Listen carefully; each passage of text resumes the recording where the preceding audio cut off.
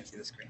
Good afternoon. I'm Walt Bauer, and I'd like to welcome you to the Human Development Institute's third fall seminar. We welcome the participants who are joining us online, as well as the participants who are here with us at the University of Kentucky.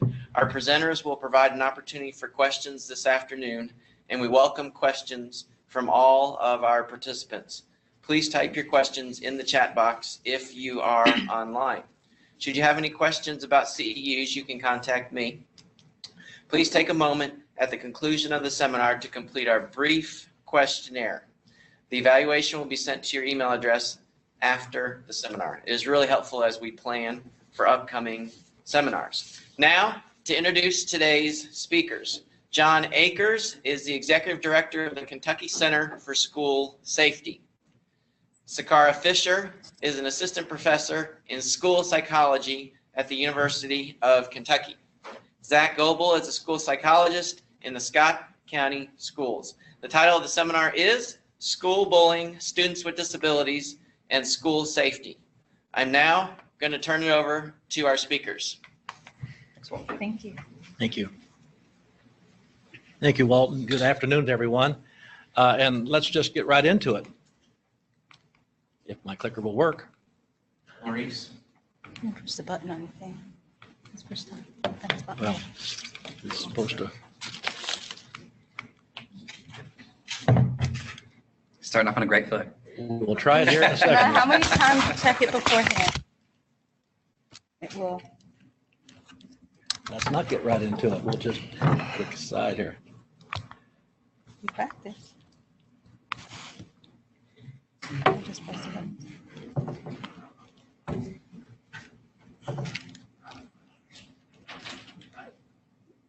Oh.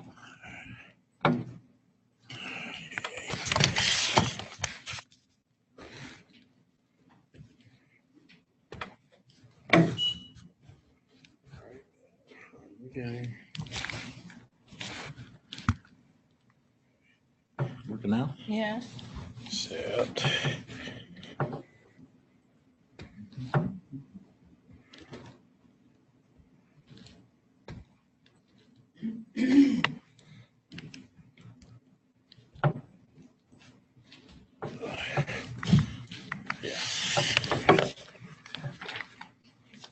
Thank you. Hello again. We're going to try this again.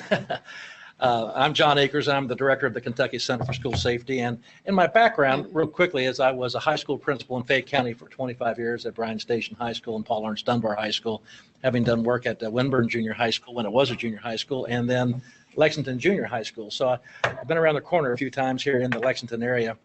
And I've been the director of the Kentucky Center for School Safety since December of 2000. So I'm going into my, I guess, 18th year on this thing.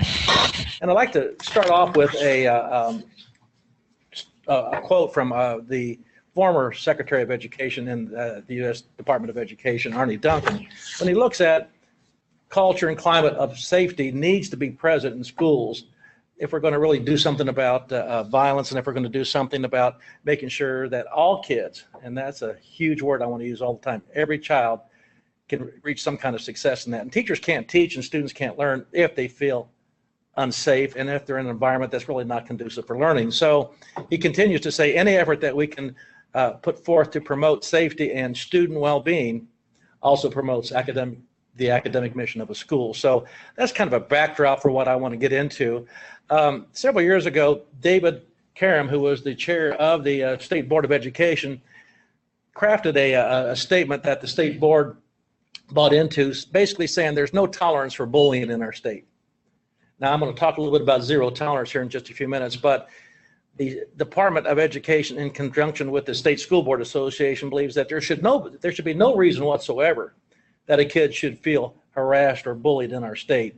And so this is a call to arms to all principals and teachers and staff members in schools to make sure that from 8 o'clock to 3 o'clock, we protect these kids the best way that we can. A couple of stats here that I'd like to throw out to you, which is kind of scary. In this case here, and this is a stat that's about 5 years old, but still makes a point, that 160,000 kids per day will skip class because they're afraid of some kind of physical harm. a stat I pulled up a couple years ago when we were doing a program looking at the bullying prevention task force that we had in our state that was headed up by Governor Beshear, had a quote saying that there was over 20,000 kids that have been harassed or bullied in our state in the 13-14 school year. That's like 4 incidents every minute in our state. That's uncalled for, period. And so we have kids sometimes want to protect themselves. And of course, you know that in my line of work, I'm very tuned into school shooters and things like this. Not every kid that brings a gun to school is looking to shoot somebody, but sometimes they bring a gun to school to protect themselves. They see that as an equalizer sometimes because the bully's usually larger and more mean, and they can't challenge the kid physically, so they have to have what sometimes they refer to as the Great Equalizer. Sometimes we see it too, that students will start to use the verbiage of, I'm going to bring a gun, instead of maybe not even having an actual weapon or anything. And just using that wordage alone makes them feel stronger. It may get them in trouble also because that's a really strong word or strong thing to say within a school setting. But that is a trend that we've seen a lot increase over the past couple of years too. And that's so right, Zach. And that's a call for teachers to be a little bit more alert to things like that. Absolutely. Because that kid's hurting some way and they need to find out a little bit more about that. Absolutely. Here was a statistic that really shocked me several years ago, and I've used it in all these presentations here, that 70% of those folks who have been arrested for hate crimes are under the age of 19. That blew me away. And that gets into, and I hate to say it this way, but where did these kids learn this behavior? Sometimes people say the apple doesn't fall too far from the tree. I don't know if that's the case here, but the bottom line here is that's a very sad statistic and something that educators and school psychologists and folks that work with kids need to be aware of. Now let's get into defining bullying here. Now I will tell you, bullying definitions are like noses. Everybody has their own kind of version of one. I'm going to try to show you just some basic information here. From my standpoint, it's an unwanted intentional act, and I always underline the word intentional. That's been eliminated in the law in our state at this time. I'm trying to get it back in there, but it's unwanted and intentional acts directed toward another person. Usually it's repeated, doesn't have to be though, and usually it involves an imbalance of power. Now, back in, this was probably around 2007, the General Assembly passed a law called the Golden Rule Act, basically, and is codified into KRS 158, 156. And basically, if harassment and bullying activities trend over towards the felony side, then school officials are required to get with law enforcement officials and pursue it legally. And these are indicators from Chapter 508. I don't mean to get too legalese here with you, but this is where it's found in the criminal code in our state, that if you are involved in any kind of an assault, and sometimes bullying takes place with assaults, menacing, wanton endangerment, terroristic threatening, criminal abuse, and also stalking, any one of those criteria that spill over into the felony area must be addressed by school officials and law enforcement officials. Yes, ma'am. Are any of those, it seems girls engage in different kinds of bullying behavior, which is oftentimes verbal. Do any of those qualify under that? Yeah, usually your terroristic threatening, I'm going to beat you up, or you better not come to school tomorrow, you better bring some money in tomorrow, or else I'm going to beat you up in the bathroom, things like that. Now, menacing as well. Yeah, and the menacing thing as well. And also, and I'm going to talk about this in a few minutes, but there's a lot of electronic bullying that takes place here too, that would be coming into the harassment level as well. But when these get to the level of where they are an assault too, for example, or if a person is threatening another person to do bodily harm, and it's not a joke, it's a serious thing, then that's when law enforcement needs to be involved with this. Did that answer your question? Yeah. Good, thank you. Okay. Kentucky's definition, which is codified in 158, 148, and I'll just read it for you as well. As used in this section, bullying means any unwanted verbal, physical, or social behavior among students that involve a real or a perceived power of imbalance and is repeated or has the potential to be repeated. Some school administrators have problem with the word perceived in this thing because, how do you know it is or it isn't sometimes? And we're going to talk a little bit more about that. But they go further with this definition and say, where do we have jurisdiction as far as the schools are concerned to deal with bullying? And that obviously is on school premises, on school-sponsored transportation, school buses, field trips, things like this, and or school-sponsored events. And anything that's number 2 here that disrupts the educational process. A kid can't be in class looking over his shoulders all the time, afraid that someone's going to be going to harass them, harangue them a little bit.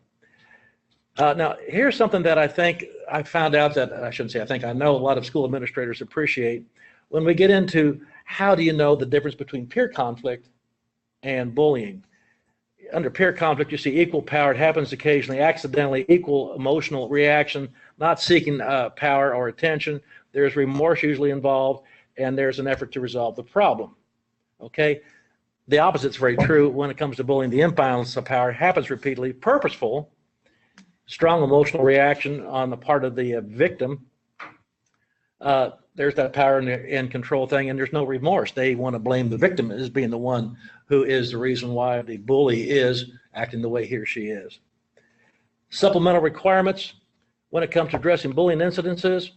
Okay, back in that 158, 148, there are some guidelines that are spelled out on what schools must do, which includes identifying, documenting, and reporting all incidences. You should not, as a school administrator, ignore reports that come in. Oh, you're not being bullied, go back to class, or boys will be boys. Those are archaic and cannot be used anymore.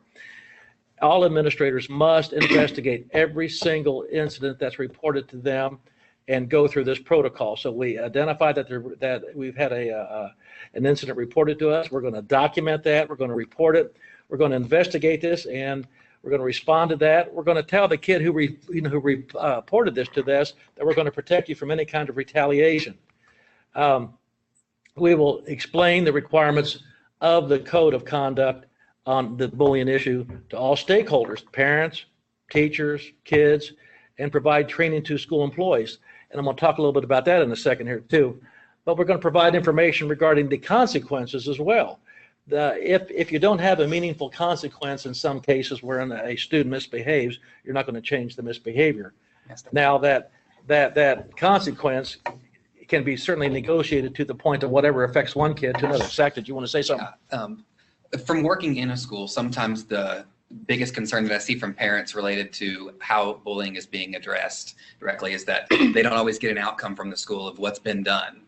Part of that's because we have to protect all student confidentiality. And so even as the student, as the bully, you can't necessarily say exactly what their consequence was. So as you mentioned, providing information about the consequences, everyone should know the code of conduct. Everyone should know what things could potentially be done or what efforts could be made. But we can't always, from a school perspective, provide you direct feedback with what exactly is happening to that student that has been the bully in that case. I know that's really frustrating for parents because they want to know something's being done and what's being done and how it's being fixed. But the reality is that we can't always provide and share all those details unless that student's parent gives access. It says, yes, you can share that with someone else, which in many cases they don't, because they want their kid's own educational records to Can be you protected. share with the parents a range of consequences, saying the minimum will be this, the maximum will be this? So what we do is we like to share what's in our code of conduct and says that these are the things that how we typically address situations like this, and just give more in a hypothetical of how things are typically done. Just because giving direct specifics of how you're addressing that situation violates that other student's rights, which is very frustrating because your child's been the one that's been violated here and the one that's had the bullying perpetrated against them. So it's a really fine line you have to walk sometimes to make sure that all stakeholders really have an understanding of what's really occurring there. And it gets to be frustrating sometimes that the kid who's doing the bullying gets put back in class the very next day, and the parents wanting to see some kind of suspension or removal to an in-school suspension program or something like that. But sometimes because of the IEP, we're unable to do that. And so these are complications that occur that school administrators have to deal with when it comes down to the parent wants to see something to be something that has been done visibly, like a suspension, for example. And sometimes it's difficult to get into that. Can I say, Sure. there have also been cases that I've seen where school districts have been sued because after some type of bullying incident, right, they don't keep the kids separated and they put the two kids on the same bus to go home together. And they ended up, obviously the bully and their friends ended up causing more physical harm to the victim. So thinking about, even if you can't share, still making sure that you're separating them, and that sort of thing is really important, or else there can be legal consequences for that. You're so right, Sakara. Very good. John, can you say how the IEP would prevent the student from, the perpetrator from being allowed to be suspended or not being allowed to come back into the classroom? Could you repeat Tony's question for the people online, please? Or could you repeat Tony's question for the people online? Oh, yeah, okay. His question was, could I explain further, as I guess, situations in where we could not remove a student from a class who has an IEP, who was the perpetrator of the bully. Is that? Yes. Okay, get it like that. That student may have already exhausted their 10 days that we were allowed to suspend. And if it's a stay put situation where we're required, if it's in a BD self-contained rooms, for example, we only have one room where we can put the kid. Otherwise, I think in some cases we are pretty well hamstrung as far as that's concerned. But it would make sense for us to try to find creative ways to do that. Pull the aide out and take the kid one-on-one to another room for that period of time when the other student who's the victim is in that room, et cetera. But there's sometimes when you look in some of your school districts where they have very, very limited resources, they have no choice. They have no choice. But your question begs a good discussion at the school-based level. What can we do to try to avoid those things? Okay. What efforts are being made in the schools right now? And I'd like to add something to this right here. I've been involved as an expert witness in about 5 cases in our state that dealt with bullying situations. And one of the issues that comes up that schools sometimes get dinged on, if I can use that term, is that they haven't really taught their faculty and staff what the Board of Education policies are as far as bullying is concerned. So training at the school level is very important every year to review that with your faculty and staff. Sometimes these laws get revised, or these board policies get revised, the site-based council policies get revised, and so it doesn't hurt to have the update training on that. But there's got to be this awareness training, and it can't be just like we use in Kentucky, a one and done thing here. We need to remind staff like every 6 weeks and kids every 6 weeks throughout the entire school year. Our emphasis about every child has the right to be in our schools without being bullied and harassed and harangued, and make the appropriate reactions, I guess. When you see something like that, say something to a school administrator, to a teacher, to some trusted adult to get that child some help when it comes to being subjected to bullying issues. We need to have awareness assemblies, and there's some wonderful assemblies out there that kids can not only enjoy, but it also has a real good, meaningful message about treating one another with respect. We provide, KCSS is our acronym for the Kentucky Center for School Safety, has professional development programs that we deal with as far as bullying prevention programs. We have the RESPECT program that we do free, but there's the OVEUS program that's out there that the Department of Education uses in the school districts also to help bullying prevention programs. So we have, at one time we did a webinar with KSA on bullying and other workshops that were involved. You said something that I think was interesting. You said, if you see something, say something. And that's what a lot of times we tell kids, whatever you're seeing, if you're a bystander or if you're just, if you've witnessed it or if you're experiencing it yourself, say something. The way that the verbiage has kind of changed now within the school setting is that we often tell kids and parents, if you see something, send something instead of say it. Students aren't as comfortable with a verbal interaction sometimes, especially if they're the ones being victimized. But they're a lot more comfortable behind technology, as most people are, of being able to just send a quick message or send a text or mention it in some other fashion with social media, or just even like emailing an anonymous tip line or something. What we see is that you get a lot more detailed feedback from that too, because sometimes students get nervous when they try and tell you, or a parent leaves out some things that they wish they had told you. It's also helpful to say send something, because that kind of provides a paper trail a little bit. It provides documentation that you're mentioning this bullying, Sure does. and you're mentioning that things are happening. And I'm someone who works in a school system, but I want to protect my parents and kids. So I'm saying, absolutely, like, you make sure that you have documented that you've told people, because it's important that it's being addressed for sure. So we try and change the verbiage a little bit. And I'm glad you brought that up, Zach. That's going to segue me into a slide a little bit later here. Our center has exactly what you're talking about. We provide for school districts an online tip line where kids can be anonymous, and not only for bullying issues, but any kind of dangerous behaviors. When we piloted this program the first time, the first 2 hits we had on that were suicide ideation. And so any kind of dangerous behaviors, and you're so right, kids don't want to go face to face with adults like that, not even their parents and sometimes, but they live in that virtual world, and so sometimes that's a good way to get after it. I want to talk about zero tolerance for just a minute. Bullying doesn't stop when the bell rings at 3 o'clock, and it doesn't stop after the kids graduate.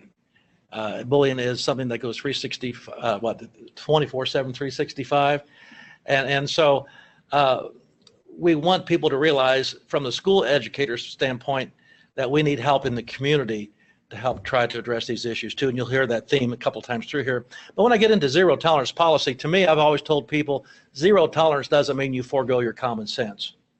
There aren't 2 situations that are exactly the same, I've found out over the years, so one size doesn't fit all. So zero tolerance to me means any report of bullying, it needs to be investigated. You don't leave one off, you get them all investigated thoroughly as can be, and then you make the appropriate decisions based on the facts. If you have just a little minor verbal confrontation, that you handle it one way as opposed to a physical assault. So there are different things that you need to be involved with, but I think sometimes some people think that if a kid gets caught bullying something, regardless of the severity of it, then they should receive the maximum punishment. So we need to let the crime, or the punishment, fit the crime, so to speak. If I can step in, if you don't mind. Sure, go right ahead. Go back to the last slide. Be glad to. So the first line that's there, this is not just a school issue, it's a lifelong issue. It doesn't stop after graduation, or it doesn't stop after 3:30 p.m. either. If you look back at the definition of what bullying says, though, the bullying definition indicates that it's at school, on transportation, to and from a school-related event, or at a school-related event. So the definition of bullying doesn't always include social media, at home, on a weekend, or after hours. So a lot of times parents and kids will come in and say things like, my kid's being bullied, all these things are being sent online, all these messages are being sent. That doesn't fall under the category of bullying. That falls under harassment. And like you were saying earlier, that falls sometimes under terroristic threatening. That's more of a criminal thing and not necessarily a bullying thing that we can address. We put the effort forth to help remedy the situation, but that doesn't necessarily fall under the bullying policy or the state mandated, the state law of what bullying is either.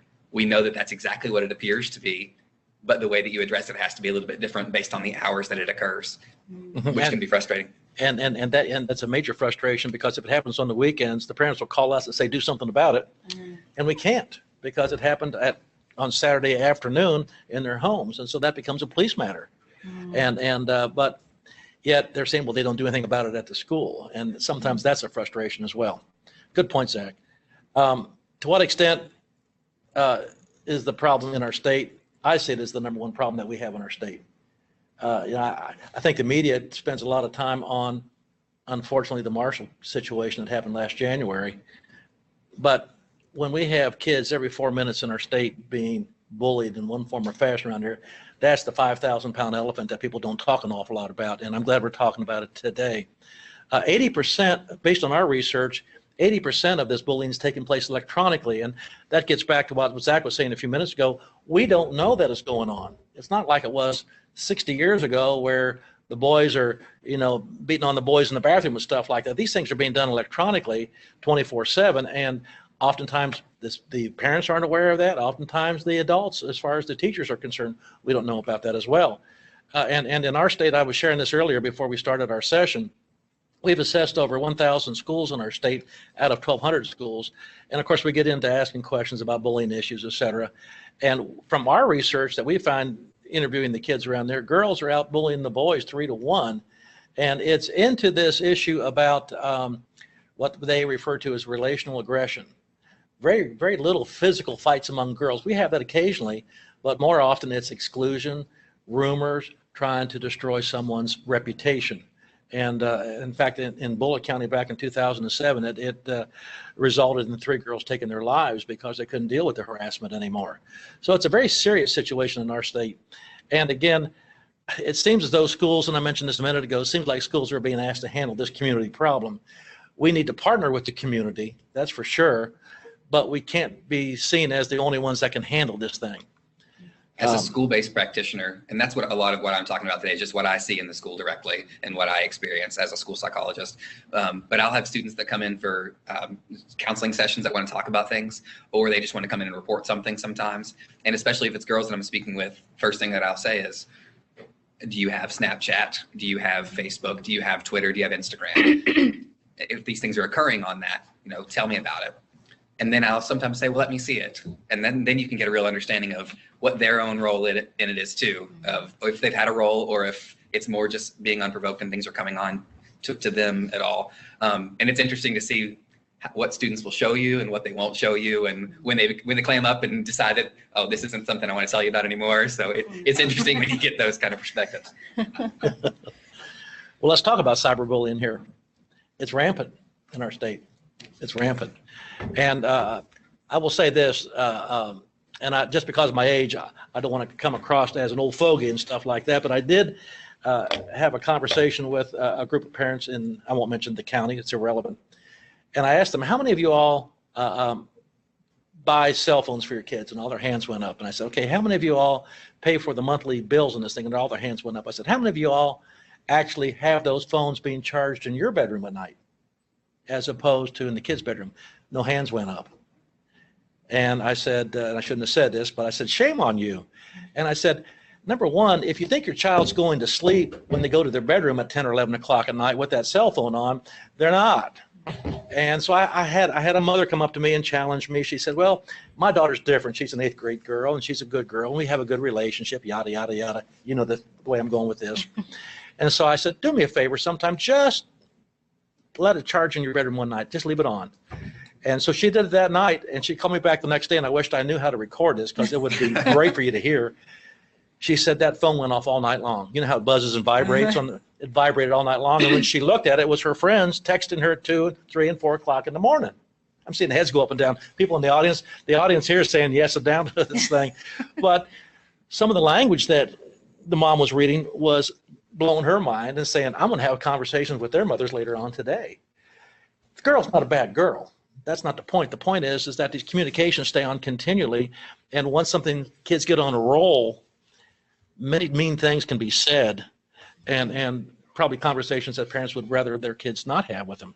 So we do have ways to help parents understand how to look at cell phones, how to look where the kids are on social media, and be aware of how kids can hide apps on their phones that the parents think this is a calculator, and you tap it twice and it becomes Snapchat or something like that. Well, I can get into that all day long. Facebook problems, out of school threats are online. We had 294 threats in our state after the Marshall shooting between January 23rd and April 30th. 294 threats. More than half of those came in online. And so we're asking parents, just like what you're saying, if you see something on your kid's phone, say something. It can be of a bullying nature, obviously, or send us something, that's for sure.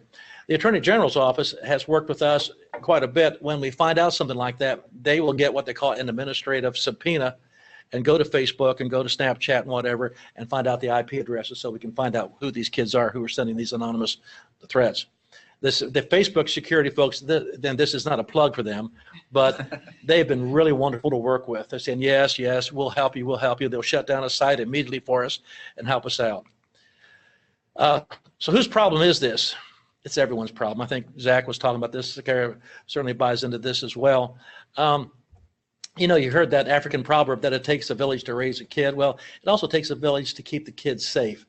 And so we're asking for, you know, school officials, students, parents, churches, you name it, all of us to come together to see what we can do to try to deal with this #1 problem in our state. And I want to show you this, and I'm not trying to wash the school's hands of dealing with bullying. That's not the purpose, but I want to show you what we're dealing with. There are 24 hours in a day times the 365 days. I didn't put leap year in there. So we have 8,700 plus hours. Schools are in session usually 7 hours a day for 180 days, so that's 1,260 hours. So there are 7,500 hours a year, or right about 86% that the schools have no influence on. And this is where we get into the community issue and get into the parent issues that we would like for them to really help us help their kids. Does that make sense to y'all? Help us help them. So we have some prevention ideas. This is a high profile issue, and I'll restate this again. Principals must demonstrate good faith efforts to investigate any and all reports of bullying. You don't let anyone slide. And it's important to have some kind of prevention plan in place. And we were talking about the RESPECT program that you can get off our website, or the OVEAS program.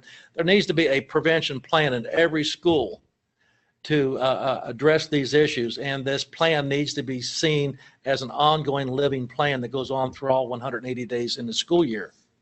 So let's review some ideas on this thing. And I'm going to turn it over to Sakara to talk about bullying populations, and here's the clicker. All right, thank you. So I'm going to talk. Do you want to say something? I was just going to say, if there's any questions that people have as we go, feel free to stop us, or people that are watching online as well, feel free to send a question in the chat box and someone will read it to us and we'll answer it as we go. I don't think any of us mind to be stopped in our train of thought, and we'll try to get back where we were, but we may not, who knows, but we'll make it work. Yeah, we'll make it work. All right, so I'm going to talk about bullying in some special populations. So thinking about students with disabilities, thinking about different racial and ethnic groups, gender identity, and sexual orientation. So first, we're going to start talking about students with disabilities. So children with disabilities are 2 to 3 times more likely to be bullied than their non-disabled peers. And one study actually shows that 60% of students with disabilities report being bullied regularly, compared to 25% of all students. So this is a big problem that should be looked out for. This is a special population that you should consider when thinking about your bullying and your prevention efforts.